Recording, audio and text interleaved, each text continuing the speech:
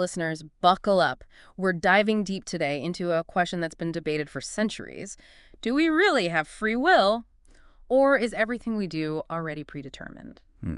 Fascinating question, isn't it? You guys sent in some incredible sources that explore this from all angles, from the nitty-gritty of neuroscience to the psychology of, get this, mass movements, Nice. and even an AI debate on the topic. Oh, wow, an AI debate. That's intriguing. Yeah.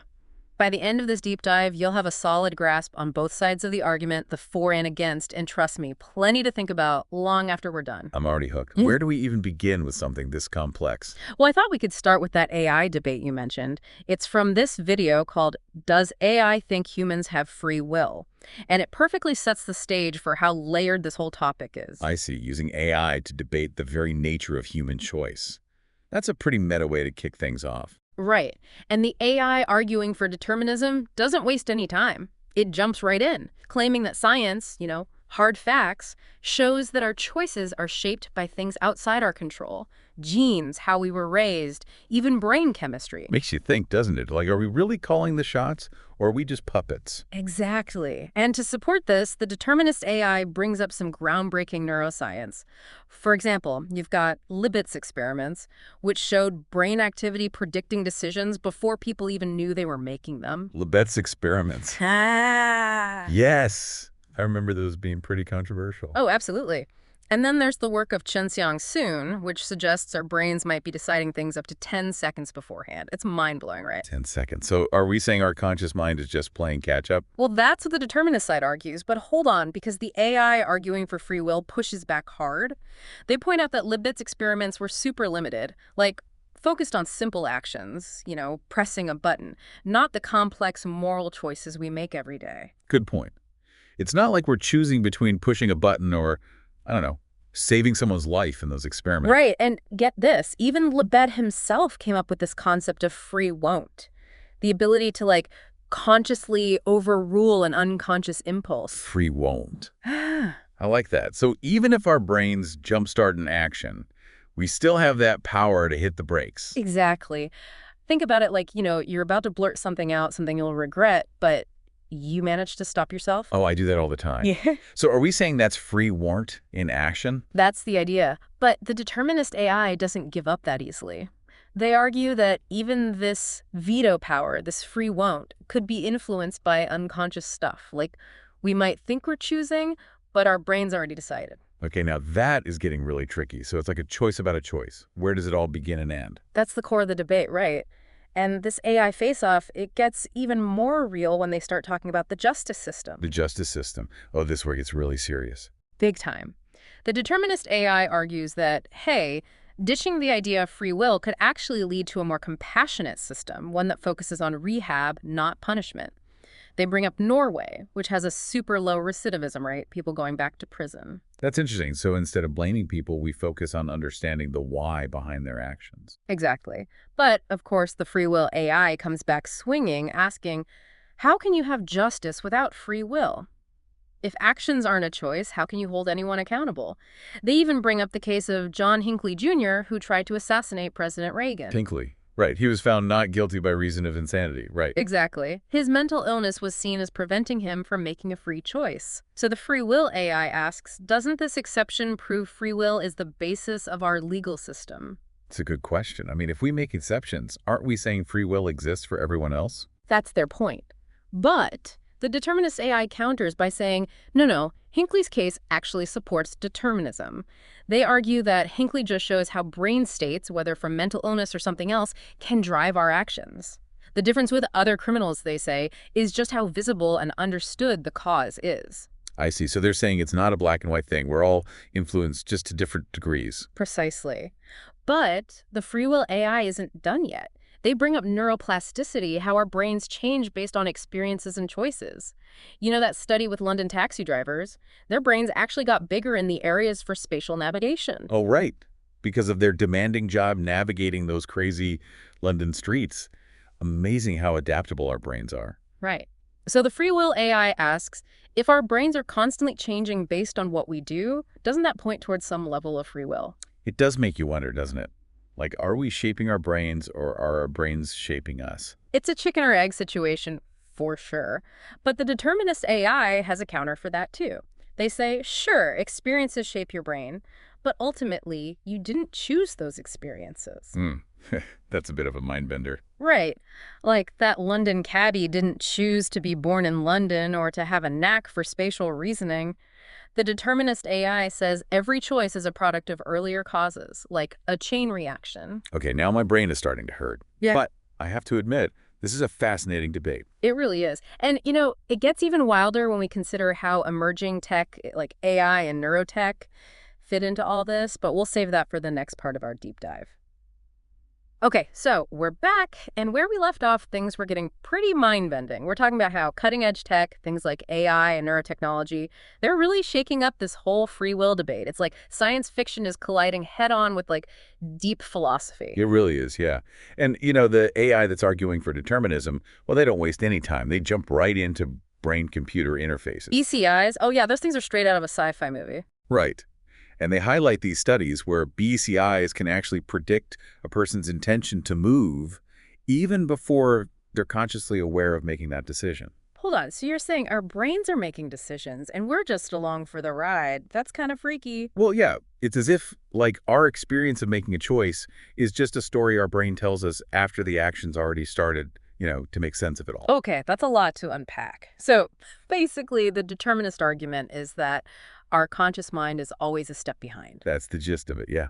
And they go even further, pointing to all the advancements in artificial intelligence, like algorithms are getting ridiculously good at predicting human behavior based on, well, tons of data.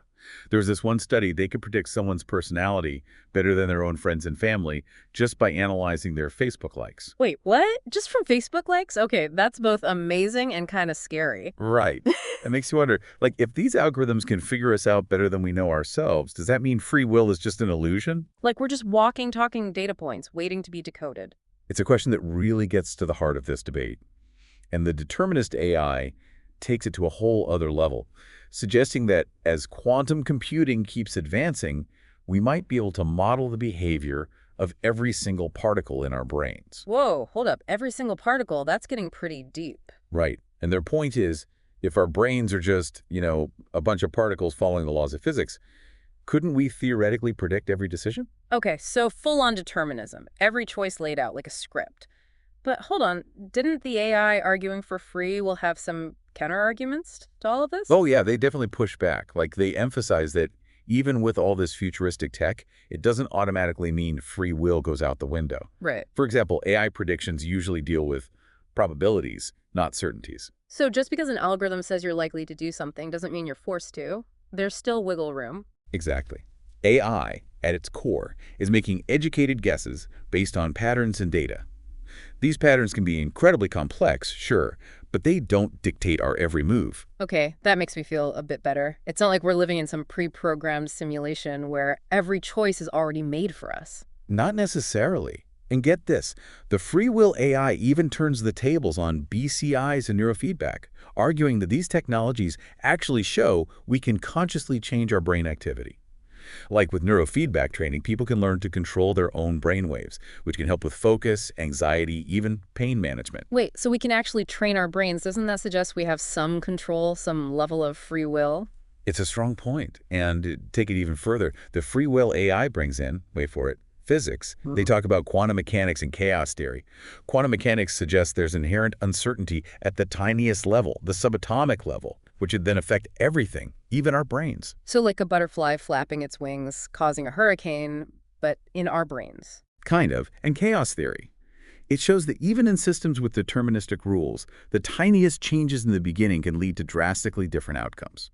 Okay, I think I'm starting to get it. So even if our brains are basically physical systems, there's enough randomness baked in that true determinism might be impossible. It's one way to look at it.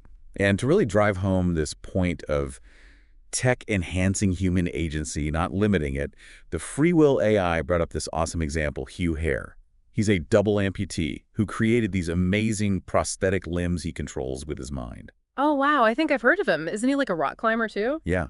And their argument is that technology, in this case, isn't taking away his autonomy. It's expanding it, giving him all these new ways to interact with the world. I love that. It's like turning the whole tech equals determinism idea on its head. Maybe technology can actually make us more free by giving us more choices and control over our own bodies and minds. It's a powerful point for sure.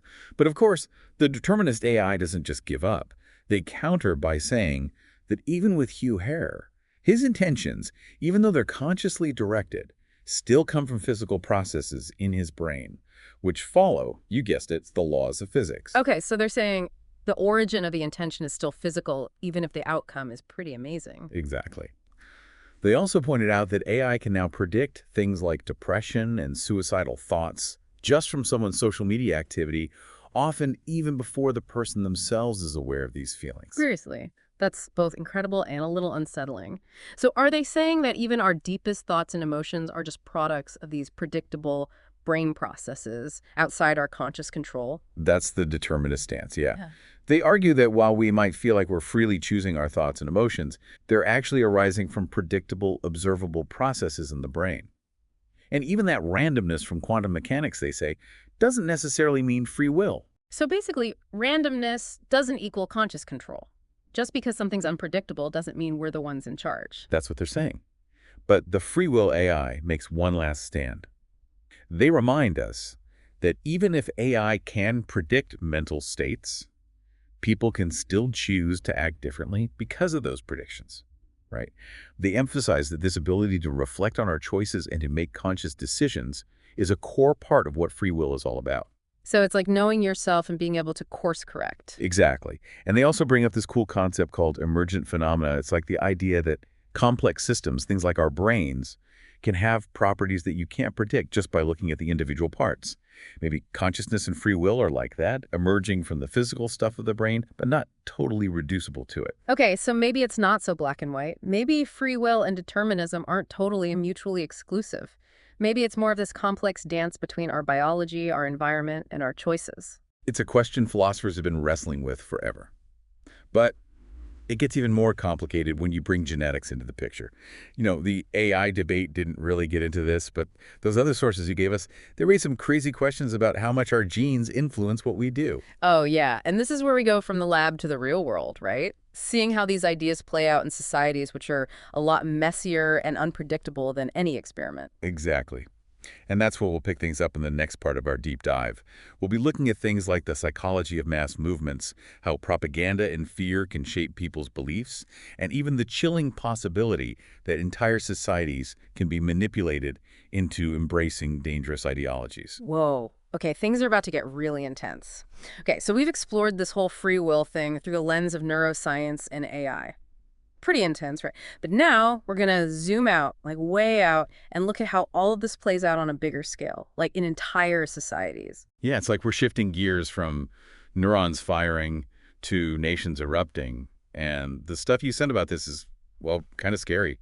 There's this article about psychic epidemics where whole societies seem to just lose their minds, like a collective freakout. Yeah, that's the part that really creeps me out. It's like, we've seen this happen throughout history, haven't we? The Salem witch trials, the rise of those totalitarian regimes. But how does this connect back to free will? Well, the theory goes that when fear and anxiety get really intense, it's like people become more vulnerable to these irrational beliefs. It's like they crave order and certainty so much that they're willing to give up their own freedom to a powerful leader or ideology, even if it means turning against their neighbors or embracing these really messed up ideas. So you're saying that when things get tough, we kind of lose our ability to think straight, and that makes us easier to manipulate? Exactly. And that's where this whole concept of menticide comes in. It's like a deliberate attempt to destroy people's ability to think for themselves, making them super susceptible to propaganda. This is especially true in those totalitarian regimes. Menticide. That sounds straight out of a dystopian novel. It does, doesn't it? But it's sadly real. These regimes, they use tactics like fear-mongering, misinformation, even torture to break down any resistance and force people to conform.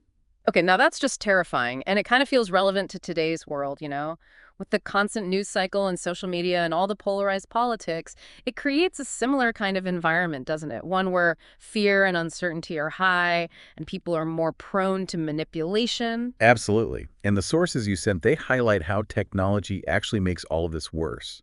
Smartphones, algorithms, those echo chambers, they can all be used as weapons for propaganda and thought control. So, are we living in the Matrix? Are we all just plugged into a system we don't even understand? It's a scary thought, right? Yeah. But these sources, they don't just focus on the doom and gloom.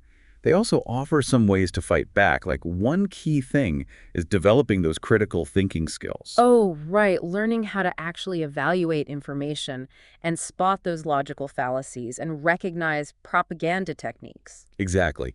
But it's not just about individual responsibility either, right?